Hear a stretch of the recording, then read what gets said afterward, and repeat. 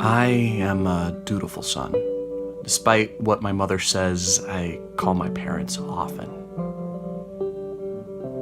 Anyway, Mom loves telling me that New York is the center of the universe. Everything happens here. TV, politics, the world moves with New York at its center. The last time I was on the west end of Central Park, it was at a protest. I was terrified of Bannon, of Sessions, of DeVos. Terrified because I'm an educator, a firm believer in restorative justice. 3 days before that, I was teaching a morning class at a detention and treatment facility. I was already familiar with how few resources go to helping youth who fall behind in school catch up.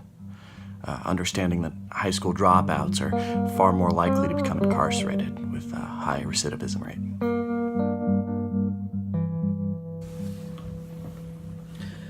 So this protest was also a great date with someone I was a little bit more than fond of. She had this sense of humor that was sometimes dry, always a little absurd, and this laugh that was loud and loose.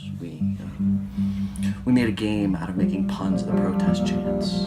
This is what democracy looks like. It became full of fat is what Paula Deen cooks like. Grocery carts always hook right. At Kitty Hawk, those brothers took flight.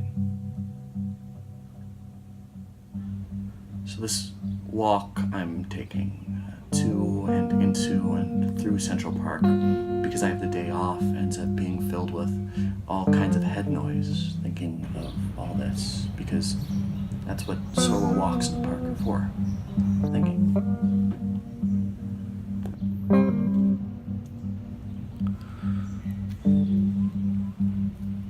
I feel blessed to have had so many parks around, both here and when I was in San Francisco. Parks mean solitude, or a kind of group solitude, I guess. Because just like anybody else, crowds stress me out. I used to work a telemarketing job in Times Square, which I'm going to get into some other time, but after being surrounded by people on the sales floor all day, on the commute there, the commute back, even going to an open mic was usually way too many people for me. But this protest didn't stress me out. I was walking slow with someone, we were cracking jokes, we were holding hands and sneaking pecks on the cheek when we could. Being alone in this park got me really thinking about how being around someone you care about can transform a situation, which hopefully makes it worth all the work a healthy relationship takes. I guess this brings me back to an earlier inaccuracy in this video, the idea of dutiful son. Now, Dad came up and visited me a couple weeks ago. We did a bunch of walking. We went to Prospect Park and Central Park, saw some music, and played a bunch of music. And one place we went, walking over the Brooklyn Bridge, we must have walked past 700 or so people, I guess. Maybe that's a low estimate.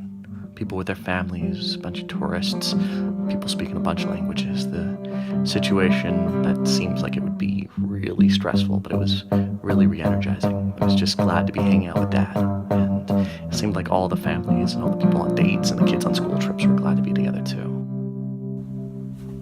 So dutiful son, that's the wrong way to say that. I meant to say I feel blessed and grateful. I meant to say thanks for visiting, Dad. Much love.